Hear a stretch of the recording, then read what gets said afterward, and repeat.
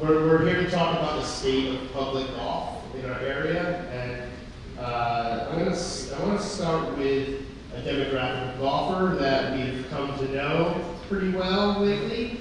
Everybody here has been in the business for a very long time. In the before times, before the COVID boom happened, and now that COVID has happened and we have this massive influx of new golfers, they're a little different than we're used to. They have different expectations. They don't know all the rules, the unwritten stuff about golf. They're carrying their golf bag into the pro shop and playing music on the course, and golf is definitely changing. So I want to talk just a little bit about this demographic of golfer, because I assume that your golf courses are getting filled up with them.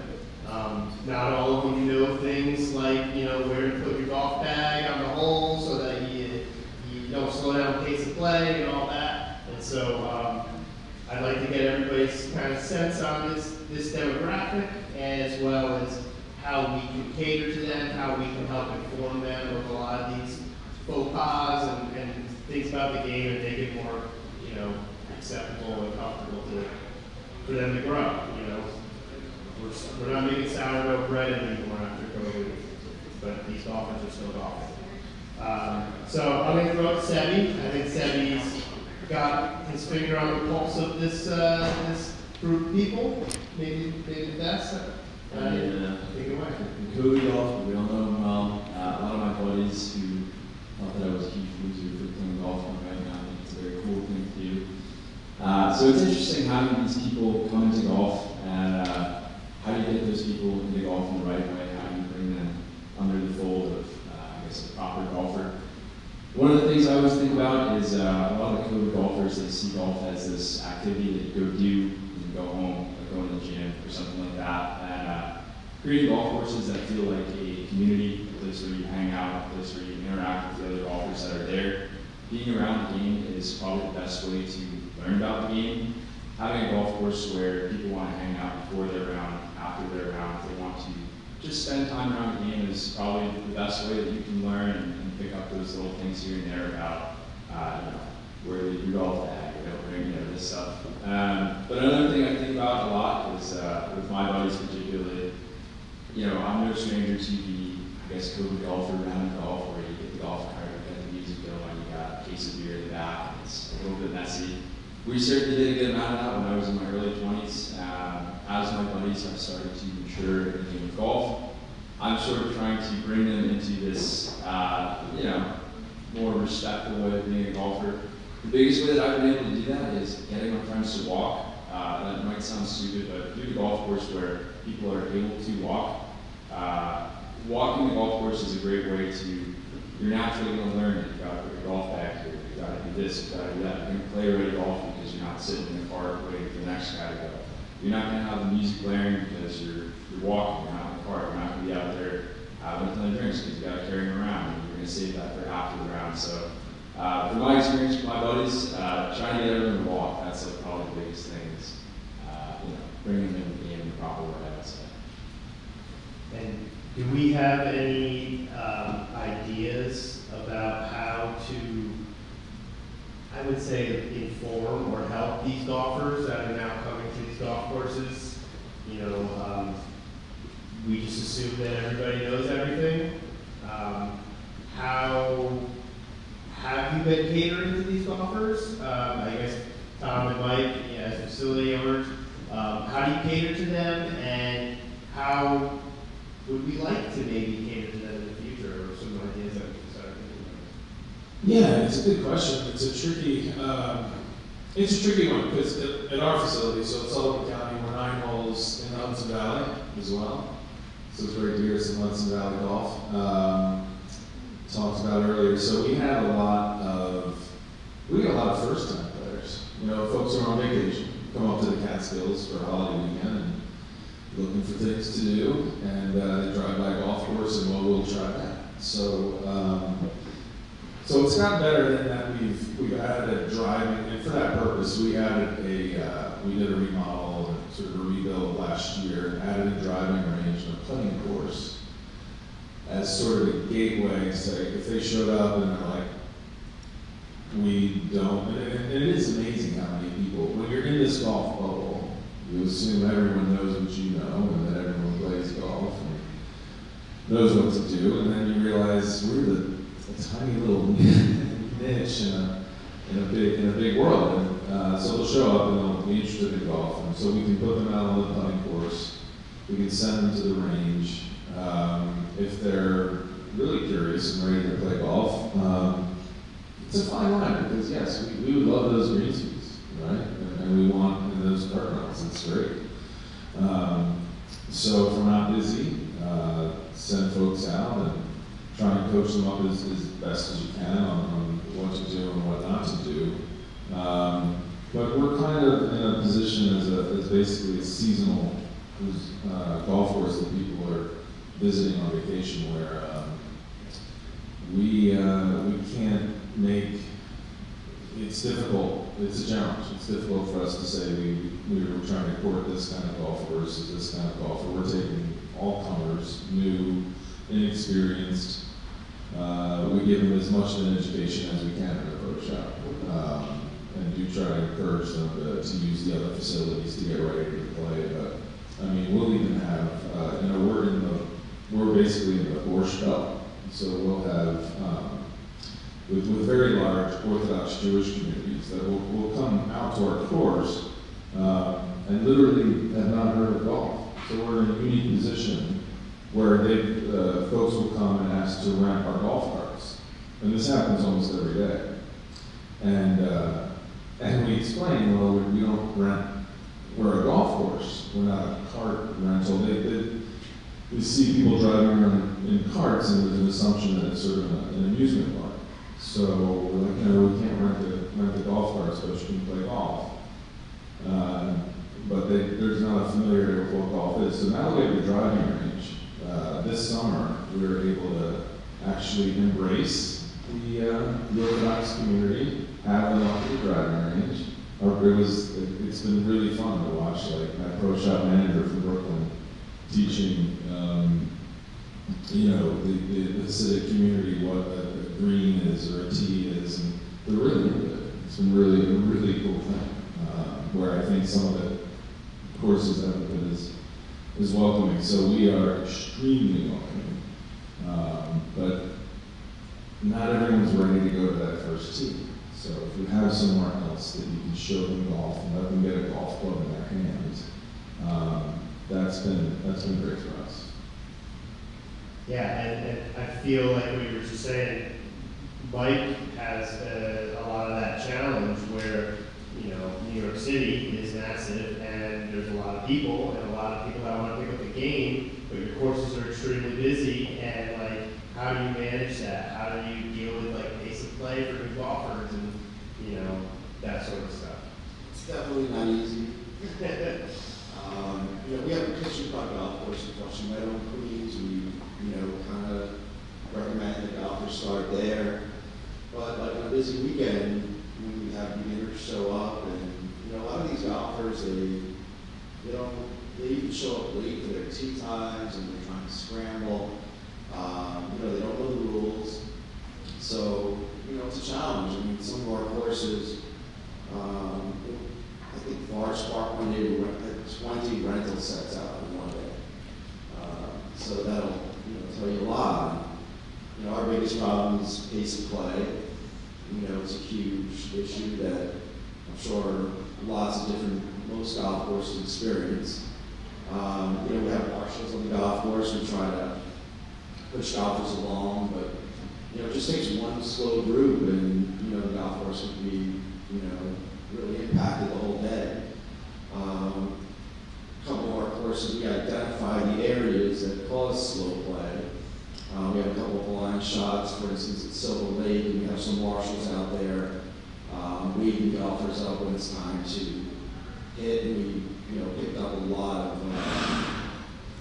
time around just from there. But just trying to identify these areas on the golf course that do slow up play.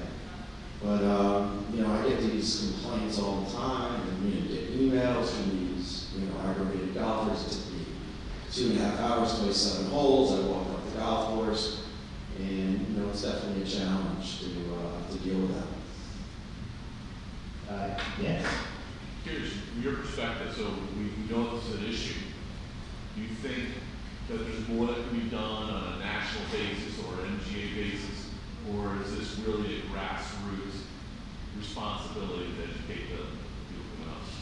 Yeah, it would be great if, you know, there was more education, you know, for golfers before they went on a golf course. I know my parents, they live in a community in Florida in Boca Raton, and when they first joined the club, there was a, you know, like a half-hour seminar that they had to attend, you know, showing them the rules of golf, the etiquette, you know, how to fix ball marks, how to keep the pace of play going. I mean, things like that would really help. I think if there was more education out there, you know, on the national level. Yeah, it's interesting because saying like Sweden, you have to have a golf license to play golf.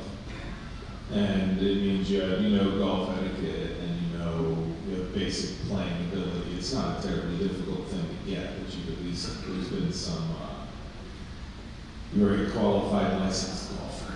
So I don't know if we're going to go to those lines. I like the idea of it though.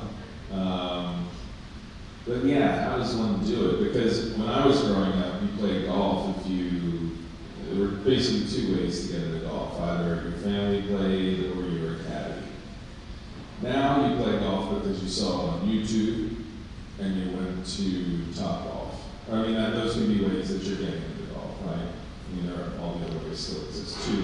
But, so that, as we're talking about, that's bringing into golf a new golfer. And where are they learning the way that we're supposed to play? I wish I had the resources to be the place where that education's happening, but we don't.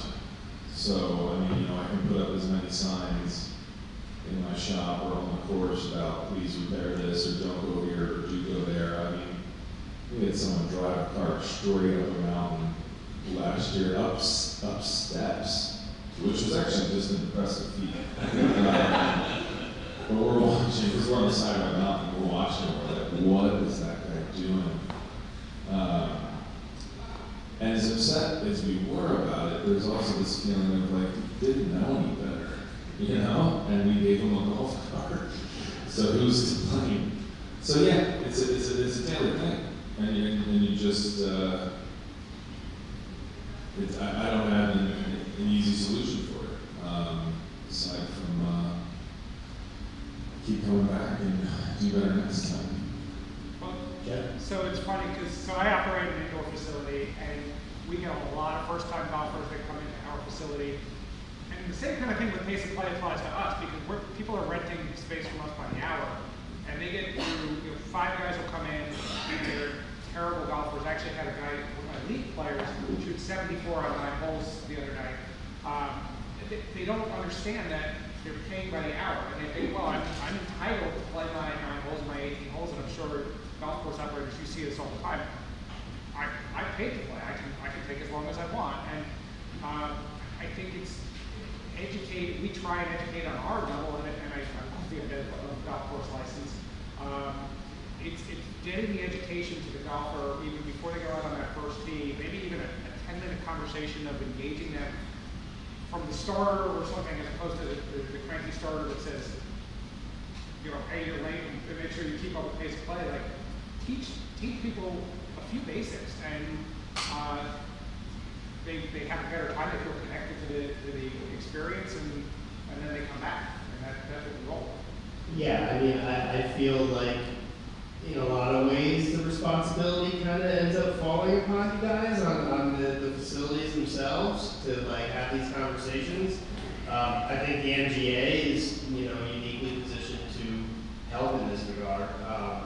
We could put out videos and periodicals and stuff to fill in the gaps. But one of the things I like as a golf professional instructor, like I remember when I had my simulator place, we would do like intro to golf classes.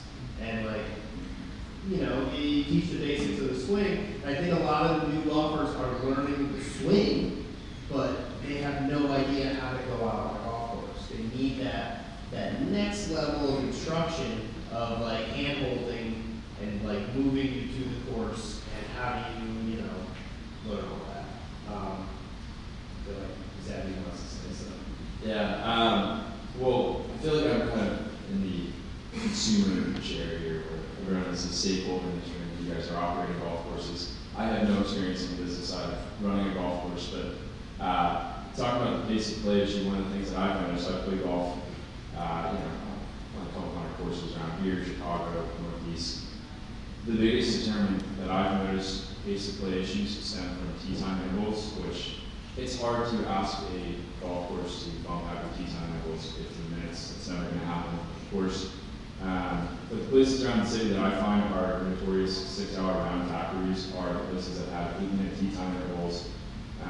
And with that, a lack of a range, you're going around and kind of moving things along. So I think part of it is like structural to how you are running your business and how you're setting up the tee sheet. That's a big determinant of pace. Obviously, not everyone has a dad that, my dad would yell at me if I was screaming around the golf course when I was 7 years old. So I still have his voice in the back of my head telling me, let's speed it up. Not everyone's going to have that. People get into golf in different ways. I think it is incumbent on some of these social media people, which I would not quite lump myself into, maybe. But, those people have a responsibility of stewardship to me, and also, I would love to see the USGA or the NGCOA partner with some of these big social media personalities and say, hey, let's do just a little 5 seconds thing to do it. And then the USGA wants you to know, keep pace of play, do this, do that, fix your pitch marks, fix your ball marks, make it something that is the people who are influencing people to get into golf are saying, take care of the golf course, keep it moving, do the right thing. And I think that would be a really effective way to educate people. Francis? Yeah, I just want to make a comment about this subject, because it doesn't apply just to, active economy, and that every one of you knows, okay? Even your long-standing members, basic things. Do you or don't you put your bills back? Of course, that's a question of do you or don't you? Hallmarks, do you repair them or not? So, if we don't address this collectively, okay, there's a cost to this. Okay? I mean, we're all for fun, and I'm all for change, and, if it's a Saturday afternoon and things are quiet down, and I've got 6 young guys and go out with that boom box and they want to play with the boom box, you know what?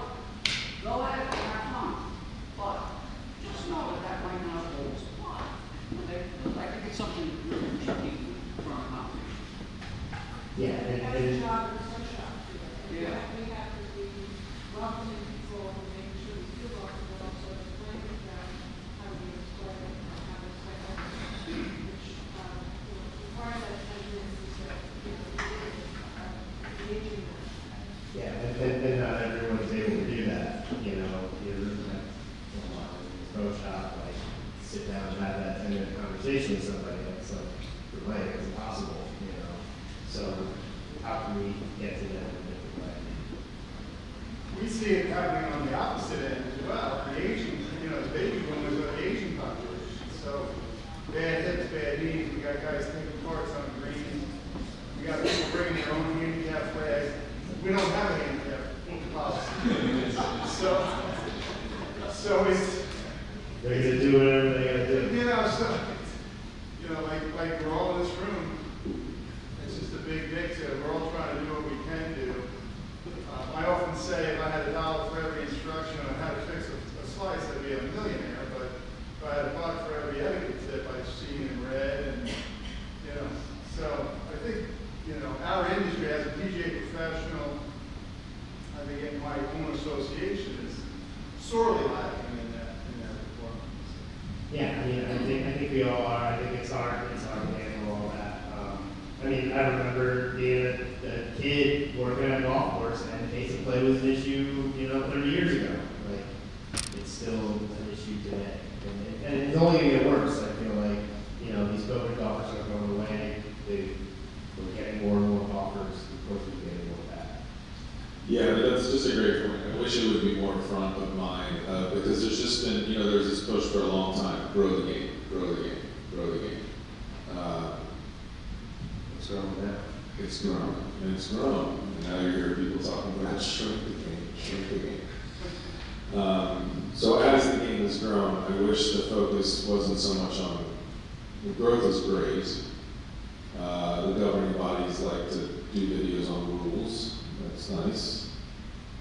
Much less important to our operation than people knowing how to get around the golf course. Yeah. And I don't see any education on that topic. We're starting that here with this conversation, and hopefully we can start doing that. I'm going to, Devin, you jump in, but I'm going to jump to another topic in a sec, but go ahead. Just a quick question for Mike. I'm curious, like, how limited you are by the city, given that you don't have the city forces, to dictate when people can play. So maybe not going as far as a license like the Sweden, but could you require that players have to check something off the list that one forces to get the time going to times, for example? Maybe that's like a reading and acknowledging that they read something, or as far as like an intro to golf, twilight round course kind of thing. Are you limited by the city to do that kind of thing? I was just talking to Jason Zaretsky, sitting over there, he's my vice president, and we were thinking about doing a video, like a YouTube video on basic play, where we send a 2-time confirmation emails just to educate golfers on, the etiquette. And, maybe some people will look at it, imagine a lot of people won't, but, something like that might help. Yeah, it's very difficult, dealing with the city. It's tough, everybody has the right to go out there and play golf, and, we can't tell somebody that they can't play, so just the best as we can to educate them is kind of how we go about doing things. Yeah, I like that idea of sending something out with a tea-time confirmation. Like, I do think these new golfers are also open to learning things, and like if you send them a video on what to do, they'll probably watch it, and that would go a long way. So another topic I would like to talk about is, I have a background working at private clubs. I know we're a public-facing group here, but one of I feel like the strengths of a private country club is the community. Yeah, you're playing Wingfoot and beautiful golf courses and all the amenities, but the club championships and the Sunday morning games and like the kid in the pro shop knowing you by name when you walk in, all those sorts of things, we don't necessarily see all the time at a public golf course. I know we are all trying to create that community, but what do we think that the role should be of public golf courses in building community? Are we doing enough to make courses true community gathering spaces, like private clubs are? Anybody want to talk about that? No, I think it's, for us, it's pretty essential, because we're a small operation in an area of, that is, that are, we're an economic opportunity zone. It's an area that's been in economic decline for a number of years since the sort of boom of the resorts and the Catskills and that decline, that sort of things coming back. And a lot of courses in our area, almost all, closed over time, and so we're there. And engaging the community has been essential. So when I showed up 4 years ago, I was sort of a carpetbagger from Philadelphia, and there was a lot of fair, I think, deserved and fair suspicion or wondering what I was doing up there trying to save this golf course. Little did they know I was writing a book about it, and they're all in the book now. No, they're not. It was fun, everyone. That support came around because we did try to actively make sure the community was welcome and aware and part of it. So what we could afford to do, we did, like, movie night, where we had, non-golfers coming up to watch a free movie on the screen on the first tee. Having, kids up for putting contests now that we have the putting course. Just trying to, we've had the 4th of July stuff, just anything to get people in town to look up at the golf course and say that that can be a place for me too. And then whether I'm a golfer or not, and if they're there, then maybe they'll try golf, or maybe they'll try the golf course. So we really rethought the place to make it more community friendly, and look at why it didn't work before, and why it did decline, because it had become a place that was just for the members of this golf club, and as those members moved on and passed away, there just weren't enough people to fill their places. So trying to get that next wave of golfers in, I think it has to be very community oriented. For us, a great thing, our community has largely come from here. It's come from New York City, young couples from Brooklyn, coming out to the Catskills. So we have a non-resident membership. Our memberships are basically just golf passes, right? It's public, so it's your tee time pass for the year, and it's ridiculously cheap. It's like $450 for the entire season, and so we've got a lot of people coming from out of the area, from New Jersey, Connecticut, and New York, who are coming up, and that's been a new community for us. Because we've looked at our demographic in Liberty, New York, and said, there's not enough golf here to sustain us. Our golfers are going to have to come from other places. So they do on Friday, Saturday, Sunday. That's kind of how we make it go. When they come, we roll out the red carpet, they get the big welcome. Where are you from? Thankfully, our pro shop guys are all retired, really chatty, looking for a conversation. Conversation start, really. They can't stop talking. Bring your dog. We try to keep it as relaxed and make people feel like they're very welcome and develop that sort of community. So for our community, I think it was a matter of making it bigger, expanding the footprint of it. Yeah, I think engage with the community. You mentioned you did the movie night. We did a few of those where we lined up the golf carts on the first hole, and played a movie on the big screen. And that was really a successful program that we did. We recently started a great program, which I'm in love with, and was a huge success. We're doing a family golf day. We're inviting the local community. We're advertising it on the Facebook pages. Like in Staten Island, we just did one. We just did one in Clearview in Queens.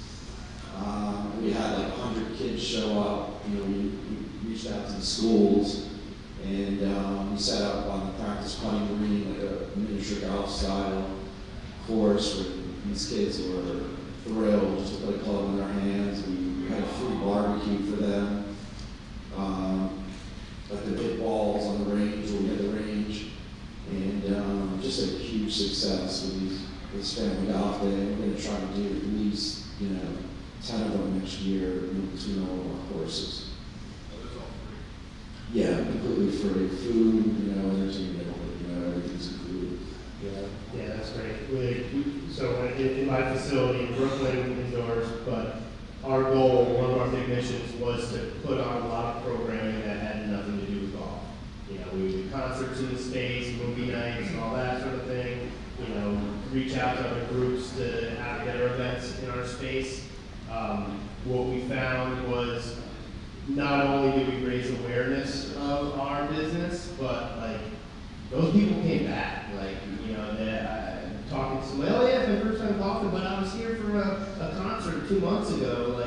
It really starts it welcomes people in, because there are these big barriers to golf. We don't see the barriers as much because we've gotten through them a long time ago. But like Tom was saying, with the Hasidic population, they wouldn't think to jump on a golf course, but if presented with it, they would love the game. And so, trying to get more brand new people into your space that are there for, not golf at all. Yeah, we had a lot of parents, just say, hey, how can my kid get involved in golf more? How do I? We actually, we're big on junior golf these days. I built a junior golf center in Flushing Meadow. which is run by the City Parks Foundation. Great program. It's been there for like 20 years, and thousands of kids have gone through the program. Kids have gotten college scholarships through this program, and it's really successful. Recently built another one at Lottery Golf Course in Staten Island. We have 10 stalls at the end of the range that we set aside for this program, and I mean it's a completely free program run by the City Parks Foundation, and when they put it up on the website, it sells out in like 10 minutes, all the sessions. But it's just a great opportunity of getting these young kids and inner city kids and the community out on these golf courses. And we just feel that how important it is to get a club in a kid's hand just for the first time. And it's it's great. We're going to build this winter another center at Clearview in Queens, and we hope to just keep expanding the program. And just to jump on what Mike was saying, something that I love, like these facilities that they're building, like at Flushing Meadows and what he's going to do at Clearview, it's really great for the facility at large. Where in New York City, real estate's tight, and so the majority of your courses don't have driving ranges, right? And so that's a tricky thing. If you don't warm up before you play bad, that kills your pace of play, yada yada. But like he's created these like indoor caged driving ranges that can you can see your golf light for a little bit, and it really is a big enhancement to the golf course. Yeah, it's a netted area. We have like 6 stalls, and you can hit full shots into it. And we're building practice putting greens. We built an artificial green at Lottery, which came out pretty amazing. So they have putting, chipping, hitting, and it's you get education on golf and etiquette, and life-learning experiences, and it's just a great program. Cool. Yeah. Brian Stark, this for a 9-hole course out in Riverhead on Park Street, 9-hole. We're starting to build a clubhouse as we speak. What's the industry average now that the average golfer spends on concessions as far as negotiating with operators out in Hampton who run restaurants? We do about 25,000 rounds now between the Park 3 and the mini golf course. So what is the expectation that if I'm negotiating, a lease or a rent with a food operator, what kind of numbers do people see for the typical golfer as far as what they spend after they play? Do they stay for a hamburger and spend 10? Do they have a beer or 5? What kind of numbers can I talk to a typical restaurant guy who's in the restaurant business and say, hey, we do rounds, but now you might get extra overflow for people who don't just play golf. They might come up and also spend money just to go to the restaurant. So, right. So what's the typical number is there an industry average? I mean, personally, from in my simulator business, it was around 30% of our revenue came from like the food and beverage end. The majority still came from golf. That's good. I don't know if that's a good number, but we were making more money on golf than on the food and beverage. I think Top Golf is like 70% food and beverage and 30% Right. And That's not we're 70% golf and 30% food. Yeah. 70% of Tom, do you want to? Well, you also have to. There's other factors too, right? So if you are a Par 3 situation where people might be going out for more social, food might be a bigger part of your business, whereas, and also how is your restaurant set up? What's the menu? We learned that the hard way. The first year we got our clubhouse redone and reopened and brought in a higher end partner. We brought in a wonderful restaurant, but it wasn't a golf menu, right? So our golfers weren't crossing over to food, and our diners weren't crossing over to golf. People were showing up for the chef. And so there were 2 distinct universes. And so we reconfigured that, and have seen, a lot now known sort of the public grill menu, and that's made a nice difference last year. So But the challenge of getting golf to cross over to food and food back to golf, you just have to be really thoughtful about it, make it easy, make the menu work, make the timing on the food work, because if the wrong kind of partner comes in or the wrong restaurant comes in, you're not going to maximize what you're doing. Yeah, I mean, these golfers, they're on the golf course for 5 hours, so when you finish your round of golf, a lot of them they don't have an extra hour or two. So we kind of try to capitalize as much as we can with food and beverage while they're on the golf course. We have beverage carts that drive around, and we try to optimize that as much as possible. We put a QR code on the carts, where a menu pops up, and we have a phone number for the snack bar so they can call and have food ready for them in the 9th hole. That's really worked out really well. So just trying to get creative and try to make it easy for them to access food and beverage while they're on the golf course. And I've played so many courses where I'm just like, where's the beverage card, and after you finish 9 holes, you go into the snack bar and it's 4 people waiting, and we got to get onto the 10th tee, and it's not easy to order something. So just trying to make it easy and keep things moving is kind of works out pretty well. I've had something I guess more of an open-ended question maybe, but I always thought if I was operating a golf course, I wanted people to hang out and for it to feel like a community, and I also wanted to get people in the door of my food and bev operation. I would just get out with every single tee time. I would get a free drink voucher after the round. Come in after the round, redeem it, get a beer, get a soda, whatever. Half the people probably won't use it because, like you said, they've been out there 4.5, 5 hours. They want to go home, whatever, hopefully 4 hours. But I just always thought that would be such a good way to just get people in the door. I mean, they in the cost of the tee time even. Raise the price is $2, and if someone goes in and gets a Coors Light after the round, they'll probably get 1 or 2 more, maybe like a hamburger or something like that. And then you're just building out this area where I think the best thing that a golf course should have, the biggest asset a golf course should have, is a place where people want to hang out after the round. And it doesn't have to be a really fancy bev operation. It could just be an extremely simple place to sit, have a beer, chat, meet the other people who are in there. That would probably be, if I was day one stuff at a golf course, that would probably be the first thing I would do. Just a couple questions, an observation. So, my partner here, he runs Springfield Golf Course, I run Swampy, the same family. And the interesting thing is, we used to have a restaurant to cater with this great job. We do probably 30, 40 weddings a year that are making California over. They do a lot of stuff. And part of their responsibility is also to provide food, beverage, and golf. So they have a barbecue outside, maybe between 1 and 10. And it does a lot of business. When they took over, we just leased, say caterers just took over his restaurant, they don't have a barbecue. So all the people have to go into the building to get food and beverage. But they have a greater amount now in that fact that people are actually spending more money in the restaurant than they do in my restaurant. So which is the greater value? The quick turnaround of a hot dog, hamburger, sausage, and a beer, or they can go into the restaurant and provide spend a little more time in there and get used to going into there, because my golfers don't go into the restaurant half the round because they actually have the cart girl or they have the quick and easy hot dog and hamburger. So the pros and cons of both.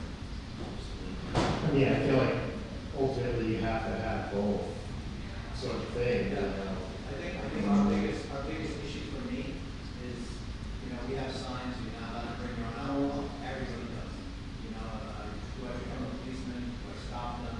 I stop the intrusive one, the carrying the case of beer on the shoulder. But I know it's in the cooler, it's in the bag. I guess the other question I have that we haven't actually discussed is how COVID has changed golf in the last 6 years, 5 years. I had the advantage of actually working for Mike's father in New York City Municipal Golf, and they started golf in this country many years ago. I was running Casino Park Golf Course, Forest Park,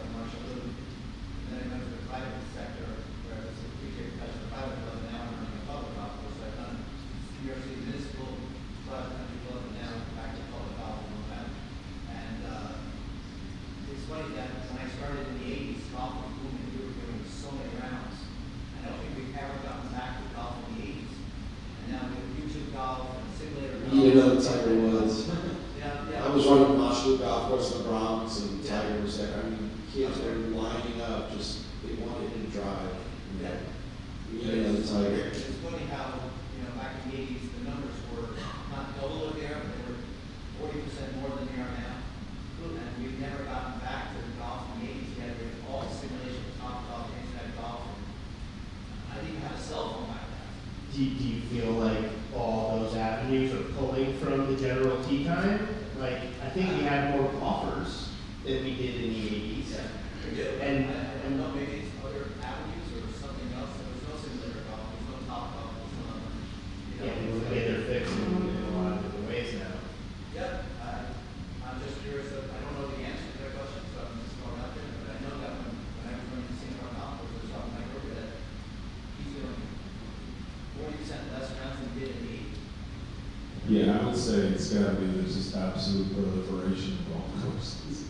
Since that time, New York City Golf has, he operates 9 of the old golf courses now, there's no more New York City golf Yeah. courses. I mean, they're not coming out to Long Island, so where are the golfers coming? A lot of it is the price also. You look at the pricing that we had back in the eighties, and it was just very, very reasonable to go out there and play golf. I mean, I wish I could charge less, but, my seed fertilizer, chemical bills are not going down, my labor's not going down, everything just keeps going up, and, once you start raising the prices, you definitely gonna get less rounds. In our case, I did the rounds, I took over, I saw the history of the rounds, I took over just before COVID started, and the average, it's gone up 30%, 35% off some recent COVID. It was a horrible thing, but it brought people back to golf. Yeah. Well, yeah, like that was gonna be one of my questions coming up, we'll get to it, but like, the ride, like, golf is probably, has never been more expensive, and that price feels like it keeps going up and up and up. Like, what's gonna happen? At some point, it's gonna be unaffordable. I feel like the golf courses are still very busy, all right? You guys are packed. That's the only time I think golf is gonna go down in prices, when the demand goes down, and, these operators are seeing tee sheets that are not full. And, we used to have to do that all the time, specials, and, we haven't had to do that recently, because, the demand is there, the tee sheets are pretty full. So, we're not gonna go down in price if the people are there and they want to come out and, fill the sheets. Well, how can, with that, how can we, I think everybody's goal here is to make the game more accessible and reachable to more golfers and all that. Like, if the price keeps going up, that's gonna, put a damper on it. Like, are there ways to bring in marginalized communities, new golfers, different people? Kids go out for free. There's ways to kind of supplement that price. I don't know. I think we're gonna have to get creative. We offer junior golf, our rate is $7.75 for juniors, and it hasn't changed in 20 years. We participate in Youth on Course, which is $5 for all kids, all New York City courses are participating in it. Yeah, how many here do Youth on Course? Not enough. I went on the website, and it's just, my son just would love to play some of these courses out east, and, we just don't see a lot of courses that are on the list. The PGA Junior program, I don't know if all your courses are involved in it, but my daughter did it, and it's just an incredible program, and she got to play Creek and Nassau and Piping Rock, and I was just here as her caddy, I want to play here one day. So that was her introduction to playing golf. It's an incredible program if you guys get involved. And you can teach with all your courses. We have a large first team program that's driven a lot of youth engagement, fill out camps and school clinics and things like that. So just having this very large first team program has helped drive the age down and get younger golfers engaged. And then we see them come back on the weekends with the families. And, we're a public private program. I have a question for you guys. How many do you guys have family tees? One of the biggest things is designers right now are talking about 30% variation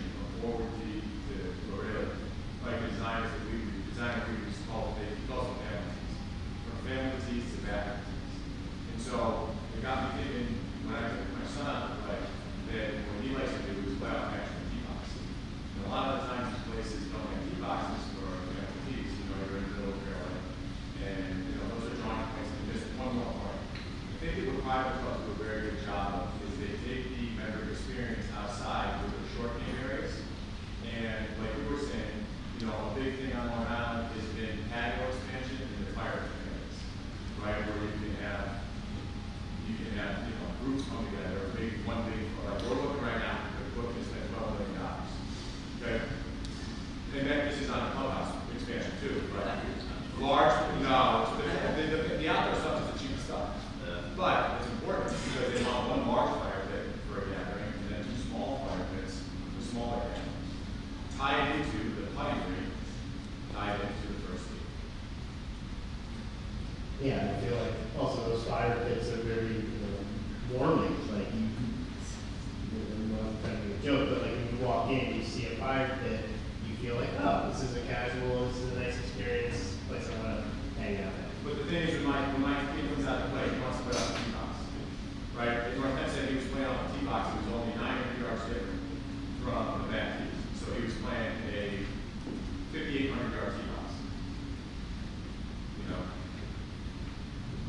Yeah, I mean, building tee boxes is something that I would imagine is really doable, but I think Francis wants to jump on that. I was just gonna say, I mean, if you want to attract more people, we live in a very, very entertaining, diverse society that has open access to anything and everything, and we have to make an investment in doing different things to be attractive. So, yeah, we added a nice theme box. You know what, we're not done with it, but that's what we want. And then next year after a few more, and so those things like that, you just have to virtually forward. You know, there's no almost nothing there. Well, actually, I was going to observe that, if you're 30% or 70% period saturation from this, the top ratio or, maybe not top ratio, that's the wrong. But saturation from two, that you're closing it down really fast. Right. Okay? And, I think it's so different. Yes. Coyne. Yes. Mentioned, the mismatch, let's say, in the restaurant and, of course, what if you can't find the tenant that you need? And you have to take the tenant to the debt, how it's so different in each one of our services. They're very rural. Labor is complicated. So I think sometimes it's not a one-size-fits-all solution. And I think the question you're raising on this issue is, how do you prioritize the investments, which has the best return? We couldn't run a restaurant for profit, we weren't able to. We couldn't afford the labor. Yeah, and all that infrastructure. Just the one other thing I wanted to say is, and I'm going private now, like looking into how you bring it public, but the simulator places to close, the simulators come to your golf course, the simulators generate, even if you can't afford the restaurant, you can afford a small bar, you can have a simulator there. And then one thing at our club that I never understood, is the club I'm at now, but now I get it, we have a winter club, right, and it's got hockey. And they choose the winter club over the pool, because the pool is a huge expense. And the winter club draws a whole large population of people, from adults right down, hockey, figure skating, all of that stuff. Yeah, like so there's a lot up in the Catskills, and there's a lot of winter sport crossover. I think that's great. I hadn't heard of the rink. That's bringing in brand new revenue. We're running low on time, so I'm gonna just we'll do one more question. I'm gonna kind of blend in between. So we're headed into the winter, or we're here. Everybody's off season, and everybody's off season looks completely different. I'd like to hear from all three of you on kind of what you're doing this off season, what are some plans for 2026, and maybe a thought or a vision of what the future's going to look like. Maybe beyond 5 to 10 years from now. Where are we headed with this game? I mean, I'll get out of the way here. I don't know if anyone really cares what I'm doing with my business this winter, but it's really busy for me over the holidays, so just trying to send out a bunch of grants and make them move for the year and hopefully get out to golf season sooner than later. As far as the future of golf goes, I mean, I don't know, there is some frustrating growing pains definitely with getting a lot more people involved with golf, and obviously the struggles of operating a course and trying to turn a profit and all that stuff, but I don't know, just it feels very optimistic what's going on with golf, to me at least. It's really cool that for the first time in my life, golf is actually something that's interesting. A lot of my wife's friends think that it's cool that I'm a golfer now, which is like, that feels great. And yeah, I just think what's happening is really exciting. The best way to capitalize on it is just to be inviting and to try to be flexible and, rather than fight the influx of people and say, oh, it's this, that, the other. It's like, how can we bring these people in? And how can we continue to make golf this really cool thing? Have a sense of stewardship over the game. So, all cool stuff. Yeah, the winter time is just a great time to plan and get stuff done. We're doing a lot of course renovations, tremendous amount of bunker work that we're going to do this winter. Building a junior golf center at Clearview, we're looking into putting simulators in Clearview also.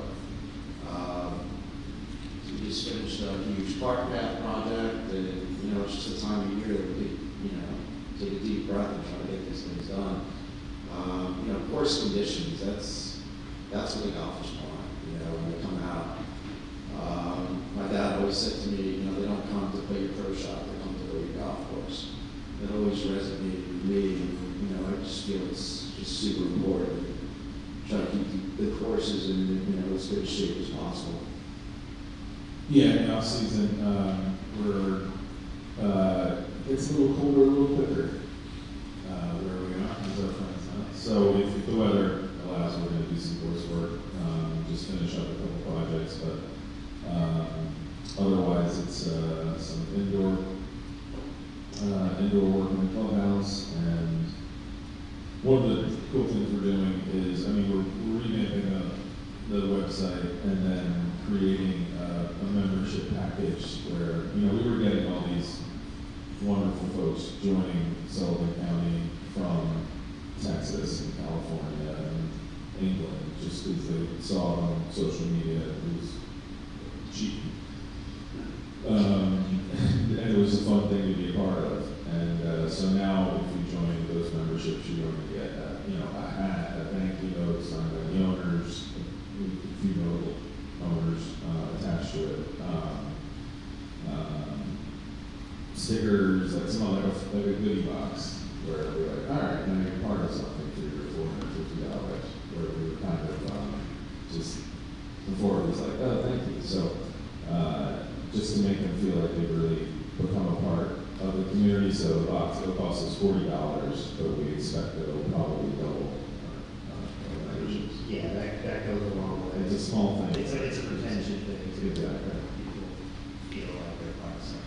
I think that's always something that's really important with a lot of, facilities. It's like making the golfers that come there feel like it's their home. If anybody's ever got a third flight club championship plaque on the wall, they're gonna come back and point it out to their grandkids, and that stuff stands the test of time. And the more we can create community through those boxes and things like that, it goes a super long way. Okay. I just want to, so I don't know how many of you have looked at what Seve does, but what is exciting about what Seve does, and it's important for all of us in this community, is embracing the modern golfer, social media, and how that is tying the old game to the new game. And I think for a lot of operators who are struggling maybe to connect with their members, and they're just people just book a tee time because it was available, and then they never come back to your course. It's making those connections through social media, engaging the golfers, finding ways to promote what they do when they come to your facility, show them a good time, show them a reason to come back. Again, just social media is huge. My son, I asked him 5 years ago, do you want to play golf? He'd say no. Now that's all he wants to do. His friends are playing.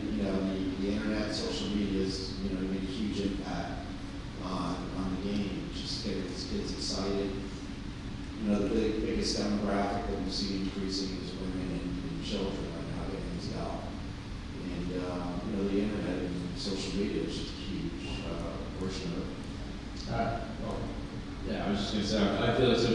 is a very powerful tool. It might kind of get a bad rap, but I would say it's pretty underutilized by course operators. People love a look behind the curtains, and if you get a kid with a phone videotaping what we're doing over the winter with the bunker work, with the car work, and post that to an Instagram page. You have someone in the car barn, going out and just showcasing the golf course, showcasing the holes, playing some golf out there. It's a pretty easy thing to put together. It doesn't have to be fancy. I film all my stuff on an iPhone still, which I probably should, but that stuff goes a huge way with people. Everyone just loves seeing stuff, consuming content, and we're kind of, maybe it's too much, but yeah, I think that's something that a lot of golf courses could release their band, and Tom does a fantastic job of that with his course. People just get curious and they want to go see somewhere, and they're flying around and Yeah, and throw just another easy thing that can be done is like, everybody's on Instagram posting pictures of their round of golf.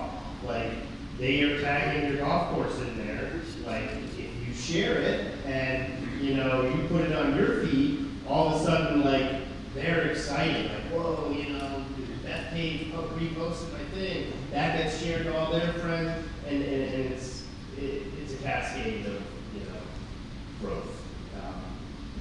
But yeah, I guess we're not necessarily going to talk about social media, but maybe that would be another conversation on how facility operators can utilize social media in more better, stronger ways, because it's a massive tool.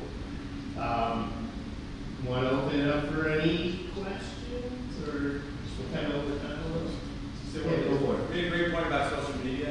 Drone footage, people love drone stuff. And it's not that much money to get a drone, and to put a drone up, and to show your place by drone. And I go on more Instagram and drone footage, and the member response rate from drone footage from one club to the next is very impressive. Yeah, one drone You have to be shoot. careful on what you do. I mean, as a superintendent, I'm not there doing too much. It's like, do your job. But like one drone shoot could give you content for a long time. Exactly. And Yeah, we just had a really professional drone company come in, and they were in town for a whole week. And, unfortunately, we had bad weather, we had a lot of rain, but I mean, they looked for like a specific times, and Tom right when the sun's coming up and the sun's coming down. But, at the end of the day, we got really good footage, and we put it out on the website, and, we had some pretty positive feedback on that. cool.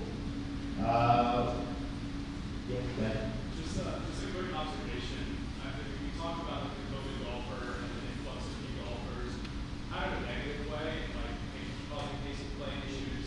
Obviously, there's a positive in increasing demand and getting them to the tee sheets, but I think there's opportunities also to tap into that to increase revenue. So just kind of throw that as an observation. And I think what I don't see a lot in the courses I go to is a very clear pathway for a new golfer. That I think there's a lot of new golfers that are hungry and willing to spend more than a normal free fee if they were to get some sort of instruction or education out of it. So I think there's a huge untapped opportunity in that value add for the new golfers. Like you offer a discounted highlight rate for normal golfers.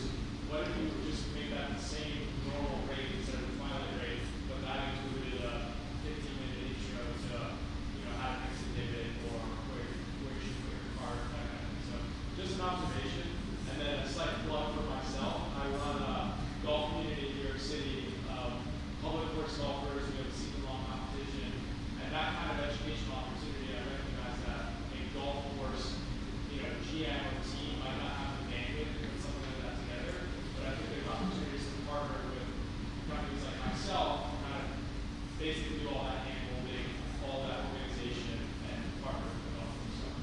Yeah, and I would imagine that a good chunk of your golfers are that new wave of golfers. 80%. Right, and like they want competition, they want to have fun, they want to care about their round. It's hard for the public facilities to provide that, and like what Dad is doing is